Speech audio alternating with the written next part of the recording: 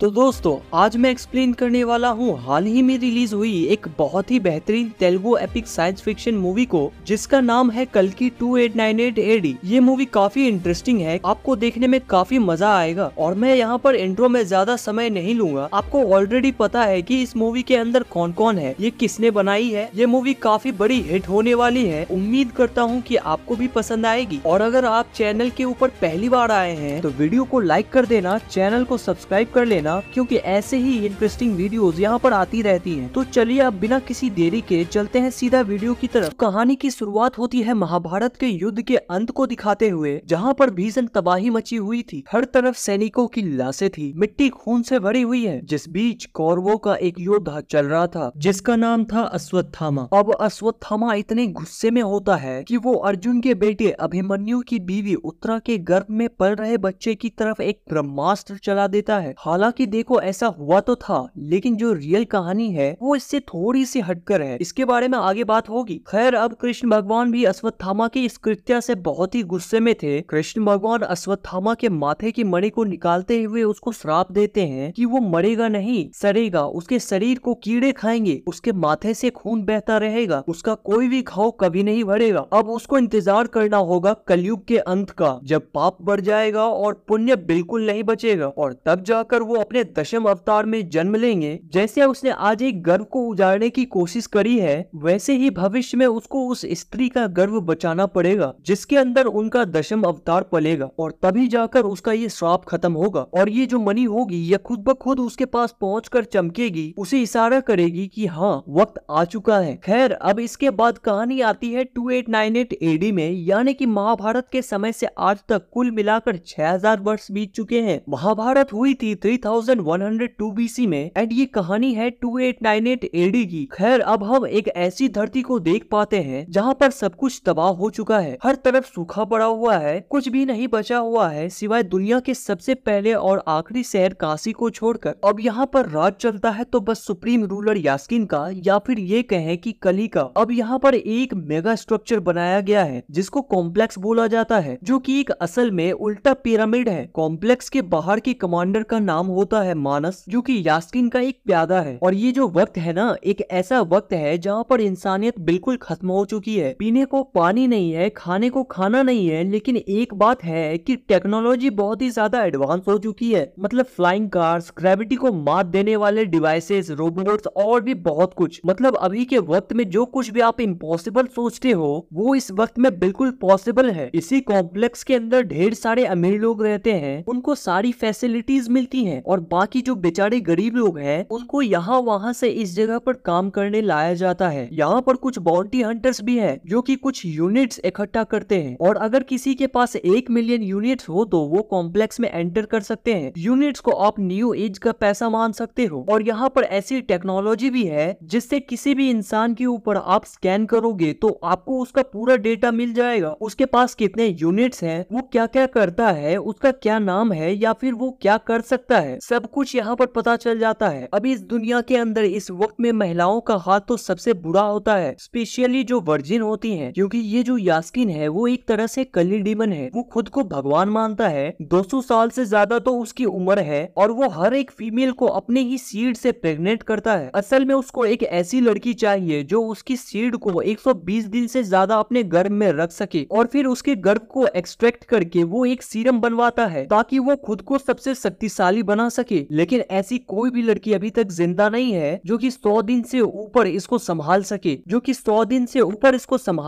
यानी कि सीड को 100 दिन से ऊपर संभाल पाए। अब होता ये है कि या तो ये लड़कियां ही खत्म हो जाती हैं, या फिर बच्चा ही खत्म हो जाता है, या फिर ये कहे कि दोनों ही खत्म हो सकते हैं। इट्स लाइक कि बकरी को पाला पोसा, खिलाया पिलाया और वक्त आने पर मार डाला। फीमेल्स की यहाँ पर यही हालत है। इसलिए बाउंटी हंटर्स यूनिट्स के लिए छोटी लड़कियों को या फिर वर्जिन लड़कियों को अलग कर दिया करते थे, क्योंकि उसके अच्छे खासे यूनिट्स उनको मिलते थे, और उन सभी का एक ही मकसद था कि उन्हें शायद कॉम्प्लेक्स के अंदर एंट्री मिल जाए। क्योंकि इस कॉम्प्लेक्स के अंदर ना आप ये समझो कि एक अलग ही दुनिया चल रही थी। बाहर तो सब कुछ खराब था जो असद दुनिया है, लेकिन अंदर सब कुछ बढ़िया था, या फिर ये कहे कि अच्छा होने का ढोंग था। तभी हम एक भयानक सीन को देखते हैं कि आखिर इन लड़कियों का क्या किया जाता है। तो लड़कियों को प्रेग्नेंट किया जाता है। तभी हम देखते हैं कि एक 90 दिन की प्रेग्नेंट लड़की को जिसे लैब में ले जाकर उसे एक ट्रायंगुलर चैम्बर में लिटाया जाता है, जहाँ पर एक स्नेक लाइक सक्शन पाइप उसके गर्भ से सीरम को एक्सट्रैक्ट कर रहा होता है, जिसके बाद उस लड़की को जलती भट्टी में जला दिया जाता है। और मुझे तो ऐसा भी लगता है कि वो मारी गई होगी, जिसके चलते उसे वेस्ट का करार दे दिया गया हो और भट्टी में जला दिया गया। और ना जाने अब तक कितनी ही लड़कियों के साथ ऐसा हो चुका था। खैर, अब उस लड़की का सीरम कली यानी कि यास्किन के पास कमांडर मानस, साइंटिस्ट और वेद पुराण पढ़ने वाला काउंसिलर बानी लेकर जाते हैं, लेकिन इस सीरम से उसे कुछ खास फर्क नहीं पड़ता। अब होता ये है कि यास्किन अचानक से पानी में गिर पड़ता है और उसमें सीरम नहीं बल्कि जहर था, लेकिन ऑब्वियसली वो बच जाता है। यहाँ पर वो कहता भी है कि आज काफी समय के बाद मृत्यु से उसका सामना हुआ, किसी ने काफी समय बाद उसे मारने की कोशिश करी है। असल में ये सब कमांडर मानस के साइंटिस्ट ने किया था, क्योंकि वो समझ गया था कि ये सब गलत है। लेकिन ऑब्वियसली यास्किन के हिसाब से ये नए कल का आरंभ था, तो साइंटिस्ट को अपनी जान से हाथ गंवाना पड़ता है। अब आप ये सोच रहे होंगे कि कितना पाप बढ़ गया है, तो क्या कहीं पर भी पुण्य नहीं बचा? तो नहीं, ऐसा नहीं है। असल में भगवान में मानने वाले कुछ लोग आज भी जिंदा है, जिनको रेबल्स कहते हैं। ये लोग असल में संभाला में रहते हैं, जो कि सबसे छुपा हुआ है। अदरवाइज यास्किन और कमांडर इस जगह को तबाह कर देते, यानी कि वो अभी तक इस जगह को ढूंढ नहीं पाए हैं। ये रेबल्स छुप कर सबकी हेल्प करते हैं। इन सब की एक मेन लीडर है जिसका नाम होता है मरियम, जो कि अश्वत्थामा, महाभारत, कल्कि अवतार इन सब बातों पर विश्वास रखती हैं कि एक दिन माँ आएंगी जिसके जरिए कल्कि आएंगे। खैर, अब यहाँ पर कुछ लोगों को दिखाया जाता है जिन्हें काशी लेकर आया जा रहा था, जहाँ पर उनसे काम करवाएंगे और कॉम्प्लेक्स के अंदर उनको इधर उधर बेच दिया जाएगा। यहीं पर एक बच्ची भी थी जो कि खुद को लड़का कहती है, क्योंकि वो जानती थी कि अगर वो पकड़ी गई तो उसका क्या होगा। सारी लड़कियों को तो अलग कर दिया जाता है, लेकिन किसी तरह से वो बेचारी बचकर भाग जाती है। अब हम रेबल्स के बीच में दिव्या नाम की एक लड़की को देखते हैं, जिसका किरदार मृणाल ठाकुर ने निभाया है, जिसके पास एक रेबल आता है जो कि अश्वत्थामा की वही मनी लेकर आया था, क्योंकि असल में दिव्या प्रेग्नेंट थी। संभाला में ऐसा माना जाता है कि कल की भगवान पास होंगे तो ये मनी चमकेगी, लेकिन ऐसा कुछ नहीं होता। यानी कि दिव्या प्रेग्नेंट तो थी, लेकिन कल की भगवान उसके गर्भ में नहीं थे। एनीवेज, बाउंटी हंटर उनको पकड़ लेते हैं और वो मनी वहीं पर गिर पड़ती है, लेकिन वो छोटी बच्ची इस मनी को उठा लेती है, लेकिन उसके पीछे भी एक रोबोट पड़ गया था। अब कमांडर के सामने उनको पेश किया जाता है, यानी कि दिव्या को और उस रेबल को, जहाँ पर कमांडर मानस प्रोजेक्शन के जरिए मरियम से बात करता है कि अगर वो संभाला का पता बता देगी तो उसके आदमी और उस लड़की को छोड़ दिया जाएगा। लेकिन ऑब्वियसली कमांडर मानस झूठ बोल रहा था, इसलिए मरियम भी कुछ नहीं बोलती है एंड ना ही रेबल बोलता है, और तभी दिव्या को ये लोग वही मार डालते हैं। रेबल का भी ये लोग खून कर देते हैं और ऐसा लग रहा था जैसे धरती पे वाकई में अच्छाई खत्म हो गई है। अब तभी हमारी मुलाकात एक बाउंटी हंटर से होती है, जिसका नाम होता है भैरवा। इसका रोल प्रभास ने किया है। भैरवा के पास एक रोबोट कार एआई बुज्जी होती है,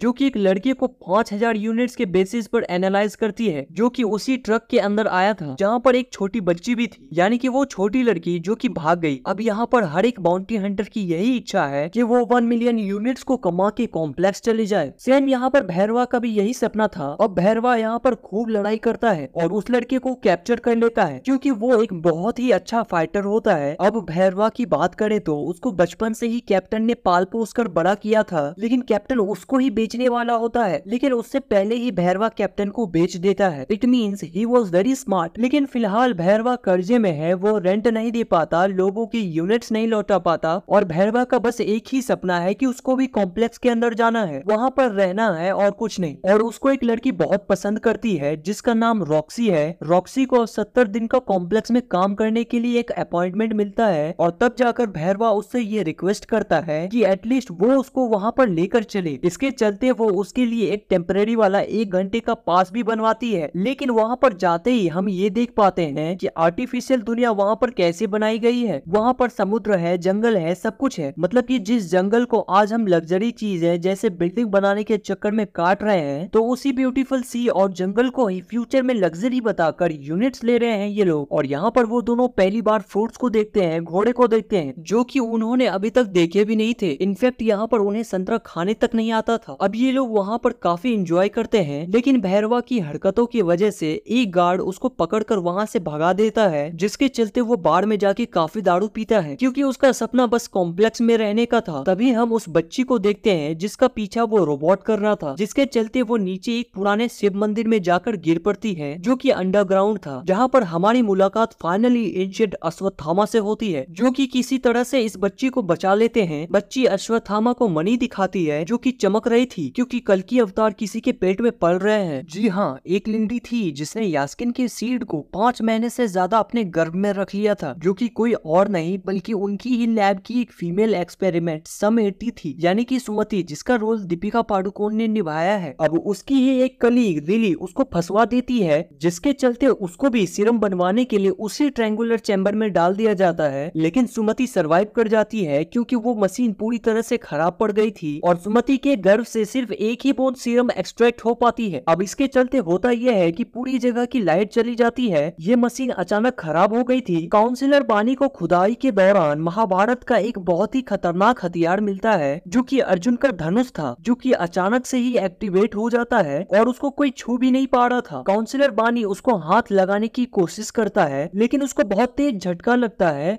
और वो कम से कम 20 फीट दूर जाकर गिरता है। लेकिन हम यहाँ ये देखते हैं कि लिली ने ही यहाँ पर सुमति को बचा लिया था। असल में वो रेबल ग्रुप की सीक्रेट स्पाई थी और 2 सालों से यहाँ पर छुपकर सब कुछ देख रही थी। उसको एक सीक्रेट प्रोजेक्ट के बारे में पता लगाना था, जो कि यास्किन कर रहा था, यानी कि वही प्रेग्नेंट लेडीज वाला। उसको लगा था कि सुमति को बचाना जरूरी है और वो उसको एक सीक्रेट रास्ते पर जाने के लिए कहती है, क्योंकि टनल की दूसरी ओर उसकी आर्मी वहाँ पर उसका वेट कर रही होती है। साथ ही साथ हम देखते हैं कि अश्वत्थामा अब मणि को एक्सेप्ट करता है, क्योंकि उसका श्राप काइंड ऑफ खत्म हुआ। अब उसको कल्कि अवतार की या फिर उनकी माँ की रक्षा करनी होगी, यानी कि सुमति की। अचानक से अश्वत्थामा के सारे जख्म भर जाते हैं और वो बिल्कुल ही ठीक हो जाता है। अब सुमति टनल से बाहर जाने लगती है, लेकिन हर तरफ से आग वाले सेंसर्स लगे होते हैं, जो कि उसके कपड़ों को तुरंत ही जला देते हैं। लेकिन हम भगवान श्री कल्कि की शक्ति देखते हैं कि गार्ड तो जल जाते हैं, लेकिन उनकी माता को कुछ नहीं होता है, यानी कि सुमति को। और अब ये भी देख पाते हैं कि भैरवा के साथ में कुछ डिफरेंट होता है। उसके पास कृष्ण जी की एक भारी मूर्ति आ गिरती है, जिसको वो संभालता है, लेकिन ऐसा सिर्फ हम देखते हैं कि वो कृष्ण भगवान थे, उसको इशारा देते हुए, पर वो भी फील करता है कि कुछ तो डिफरेंट हुआ है। आज काशी के सभी लोग देख पा रहे थे कि वहाँ पर कुछ न कुछ अलग था। एनीवेज, अब लिली के जो रेबल वाले लोग थे वो सुमति का बाहर वेट कर रहे थे, लेकिन हम जानते हैं कि लिली ने खुद की कुर्बानी दे दी। अब इन रेबल्स के अंदर 2 लवर्स होते हैं, जिनका नाम अज्जू और कायरा था, और एक वीरन होता है, और ये लोग सुमति को संभालने लगते हैं और उसको वो संभाला ले जाने लगते हैं। और यहाँ पर दीपिका पादुकोण यानी कि लैब एक्सपेरिमेंट सम 80 को सुमति नाम कायरा ने ही दिया था, एज ये लड़कियां मात्र एक एक्सपेरिमेंट के लिए थी, सो इसलिए इनके कोई नाम नहीं हुआ करते थे। और सुमति के नाम की बाउंटी भी निकल जाती है, जो कि 5 मिलियन यूनिट्स की थी, और भैरवा भी अब उसके पीछे पड़ जाता है। इसी बीच होता ये है कि इसी मुठभेड़ के अंदर कायरा मारी जाती है और अज्जू घायल हो जाता है एंड वीरन पकड़ा जाता है। लेकिन तभी अश्वत्थामा उस छोटी बच्ची के साथ वहाँ पर आता है और सबको मार देता है। उनके पास एक लाठी होती है, जिसके चलते कोई भी उनको छू नहीं पाता। अश्वत्थामा यहाँ पर 8 फीट से भी ज्यादा का था और वो अपनी ताकत का अच्छा खासा प्रदर्शन देता है। भैरवा काफी कोशिश करता है, लेकिन वो भी कुछ नहीं कर पाता है। एंड फिर अश्वत्थामा सुमति को माँ कहकर प्रणाम करता है और उनकी रक्षा करना ही अश्वत्थामा का एकमात्र मकसद था, जिसके चलते ये लोग संभाला पहुँच जाते हैं। वहाँ पर अचानक बारिश हो जाती है, जिसके चलते मरियम और बाकी सभी को यकीन हो जाता है कि हाँ, यही माँ है और कल की इन्हीं की कोख से जन्म लेने वाले हैं। अंदर एक वृक्ष भी था, जो कि मेरे ख्याल से अश्वत्था वृक्ष होगा, जिसके नीचे कल की भगवान का जन्म होना था। और यहाँ पर इतने सालों बाद 2 पत्ते भी उगते हैं, सिग्निफाइंग कि भगवान आ चुके हैं। और ये पेड़ जो है ना, वो अंडरग्राउंड उगते हैं, ना कि ऊपर की साइड पर। और यहाँ जैसे कृष्ण अवतार के समय पर बारिश हुई थी, बिल्कुल उसी प्रकार का माहौल बनता है। अल्टीमेटली सब खुश थे, लेकिन दिक्कत ये होती है कि भैरवा कमांडर से ये डील करता है कि सिर्फ वही अश्वत्थामा को हराकर सुमति को वापस ला सकता है, और कमांडर इसके लिए मान भी जाता है। और भैरवा अपनी कार बुज्जी को मॉडिफाई करता है, जिसको अश्वत्थामा ने बिल्कुल खत्म कर दिया था। आप यहाँ पर ये भी सोच रहे होंगे कि भैरवा आखिरकार संभाला कैसे जाएगा, क्योंकि संभाला ऐसे ही कोई खुद से नहीं जा सकता। संभाला चाहेगा तभी वहाँ पर कोई एंटर कर सकता था। असल में भैरवा के पास एक रेबल होता है, जो कि संभाला का पता जानता है, और ये वही लड़का है जो कि काशी वाले ट्रक में आया था और भैरवा ने इसे 5000 यूनिट्स के लिए बचा कर रखा था। वो भैरवा का बहुत ही बड़ा फैन होता है और वो उस पर यकीन करके उसको वहाँ पर ले जाता है। लेकिन भैरवा सिर्फ खुद का सोच रहा था और उसको कल की और इन सब बातों पर बिल्कुल भी विश्वास नहीं था। मीनवाइल अश्वत्थामा सुमति को समझाते हैं कि अगर यहाँ पे सब लोग खत्म भी हो जाए तो उनका खात्मा अच्छे के लिए ही हुआ है। अभी सबसे इम्पोर्टेंट बस आप हैं और आपके गर्भ में पल रहे कल्कि हैं। भगवान का जन्म खास नक्षत्रों में होना है, जो कि बहुत ही करीब है, और इसलिए वो हमेशा उसकी रक्षा करेंगे। अश्वत्थामा राया को अपनी छड़ी छड़ी का राज भी बताते हैं कि ये कोई मामूली छड़ी नहीं है, बल्कि उसके प्रिय मित्र उससे भी ताकतवर, इनफैक्ट सबसे ताकतवर योद्धा कर्ण का धनुष है। और इस धनुष का नाम विजय है, यानी कि विक्ट्री। और ये धनुष कर्ण को किसी और ने नहीं बल्कि स्वयं भगवान परशुराम जी ने दिया था। लेकिन अश्वत्थामा का ये कहना था कि अब कर्ण नहीं रहा तो ये मात्र एक बूढ़े व्यक्ति की लाठी बनकर रह गई है। खैर, अब होता यह है कि संभाला के अंदर भैरवा के साथ साथ ढेर सारे कॉम्प्लेक्स के लोग और कमांडर मानस भी आ जाते हैं, जिसके पास कली पुरुष यानी कि यास्किन का बनाया हुआ एक हथियार भी था, जो कि इस संभाला के सारे हथियारों को खत्म कर देता है, यानी कि संभाला के मेन वेपन को खत्म कर देता है। अश्वत्थामा और भैरवा खूब लड़ते हैं और अश्वत्थामा उसको हरा भी देता है, लेकिन तभी कमांडर मानस मरियम को मार डालता है। और यकीन करो, यहाँ पर जो सीन्स होते हैं ना, वो काफी बढ़िया थे, मतलब कि गूज बम्स वाले। अब कमांडर से बचने के चक्कर में सुमति फ्लाइंग शिप से काफी हाइट से नीचे गिर पड़ती है, लेकिन उसको अश्वत्थामा और भैरवा मिलकर बचा लेते हैं। दोनों के पास अपने अपने मकसद थे, लेकिन तभी वहाँ पर कमांडर आकर अश्वत्थामा को कैद कर लेता है। अब भैरवा जहाँ पर बेहोश हुआ था, वहाँ पर अश्वत्थामा की लाठी पड़ी हुई थी। अब सुमति को कमांडर जबरदस्ती उसके बालों से खींच करके ले जा रहा होता है, लेकिन तभी वहाँ पर जो एक वृक्ष होता है, उसकी एक पत्ती उस लाठी पर पड़ती है, जिससे कि वो लाठी भैरवा के हाथ में आते ही एक्टिवेट हो जाती है। और तब जाकर हमको पता चलता है कि असल में भैरवा कोई और नहीं बल्कि कर्ण का री इनकारनेशन है। अब देखो, कल्कि पुराण के हिसाब से जो कल्कि होंगे उनको कर्ण के कवच और कुंडल लगेंगे, तो मेरे ख्याल से यहाँ पर उसी चीज को यहाँ पर जोड़ने की कोशिश की गई है। मतलब कि शायद यहाँ पर ये दिखाया गया है कि चलो यहाँ पर कर्ण के कवच और कुंडल की जगह खुद कर्ण ही आ चुके हैं। जैसे उन्होंने अश्वत्थामा को महाभारत में अर्जुन के बाणों से बचाया था, आज भी वो ऐसा ही करते हैं और यास्किन की एनर्जी बीम को अपने विजय धनुष से काटते हुए कमांडर को मार डालते हैं। लेकिन धनुष हाथ में ना होने की वजह से उसको फिर से यही लगता है कि वो भैरवा है, यानी कि कुछ टाइम के लिए उसको याद आता है कि वो कौन था। लेकिन जैसे ही उसके हाथ से विजय धनुष छूट जाता है, उसको फिर से याद आता है कि वो तो भैरवा है। और आपको अब यहाँ पर एक बात और क्लियर हुई होगी कि अश्वत्थामा से अब तक जो कोई भी लड़ रहा था वो मारा गया था, लेकिन यहाँ पर सिर्फ भैरवा ही था जो कि बच गया था। इसका रीजन यही है कि वो खुद कर्ण का री इनकारनेशन है। I mean, इन सीन्स को देखकर तो ऐसा ही लगता है। अब इन सब के चलते वो बुज्जी के साथ फिर से सुमति को लेकर जाने लगता है, यानी कि यास्किन के पास। अश्वत्थामा उसको रोकने की कोशिश भी करते हैं, लेकिन टेक्नोलॉजी काफी एडवांस थी और भैरवा उसको चकमा देकर वहाँ से निकल जाता है। संभाला का बुरा हाल हो चुका था, हर तरफ त्राहिमाम मचा हुआ था, ऐसा लग रहा था कि वहाँ पर मिनी महाभारत हुई हो। अश्वत्थामा को ये समझ आ जाता है कि भैरवा और कोई नहीं बल्कि उनका मित्र कर्ण है, लेकिन उसको चीजें ठीक से याद नहीं है। और अब अश्वत्थामा की जिम्मेदारी है कि वो कर्ण को याद दिलाए कि वो कौन है, यानी कि भैरवा को, ताकि यास्किन को हराने में, आई मीन की कली को हराने में और कल्कि के जन्म में वो उनकी भूमिका निभाए। और ऐसा माना भी गया है कि यहाँ पर 7 चिरंजीवी लगेंगे कली को हराने के लिए। और अगर आप जानते हैं कि 7 चिरंजीवी कौन कौन है तो आप कमेंट सेक्शन के अंदर लिख देना। मीनवाइल हम नोटिस करते हैं एक पोस्ट क्रेडिट सीन को, या फिर ये कहे कि मिड क्रेडिट सीन को, जहाँ पर यास्किन यानी कि कली पुरुष को वो सुमति वाले सीरम का एक बूंद मिल जाता है, जिसको वो इंजेक्ट करते ही काफी हद तक पावरफुल हो जाता है और उसकी बॉडी हील भी हो जाती है। उसको ऐसा नशा या फिर ये कहें कि ऐसी शक्ति आज तक कभी नहीं मिली होती है, तब जाकर उसका शरीर बिल्कुल स्वस्थ हो जाता है। और वो ये भी कहता है कि सुमति को लेने और कल्कि के जन्म को रोकने अब वो खुद जाएगा। इनफैक्ट यहाँ पर यास्किन यानी कि कली उस गांडीव धनुष तक को उठा लेता है। उसके पीछे हम 6 हाथों को भी देख पाते हैं, यानी कि यहाँ पर वो एक फॉल्स गॉड की तरह खुद को दिखा रहा था। और ऐसा डिस्क्रिप्शन हमें वेदों के अंदर भी मिलता है कि जो कली होगा उसके कई सारे हाथ होंगे, वो दिखाएगा कि मैं कितना महान हूँ। बेसिकली यहाँ पर वो कृष्ण भगवान को मॉक करने की कोशिश कर रहा था। और अब आप ये भी सोच रहे होंगे कि जब मशीन इस गांडीव को नहीं उठा पाई, इंसान नहीं उठा पाए, तो यहाँ पर यास्किन ने ऐसा कैसे कर लिया? तो उसका जवाब है, तो उसके अंदर कल्कि अवतार की एक बूंद सीरम के फॉर्म में चली गई थी, यानी कि उनकी एनर्जी चली गई थी, जिसके चलते वो गांडीव को उठा पाया। हम ये भी नोटिस करते हैं कि उसके शरीर से जुड़े हुए जो भी लाइफ सपोर्ट वाले वायर होते हैं वो भी अलग हो जाते हैं। और उसके इर्द गिर्द हम 6 मैजिकल बॉल्स को भी देख पाते हैं, जो कि मेरे ख्याल से काम, क्रोध, मद, लोभ,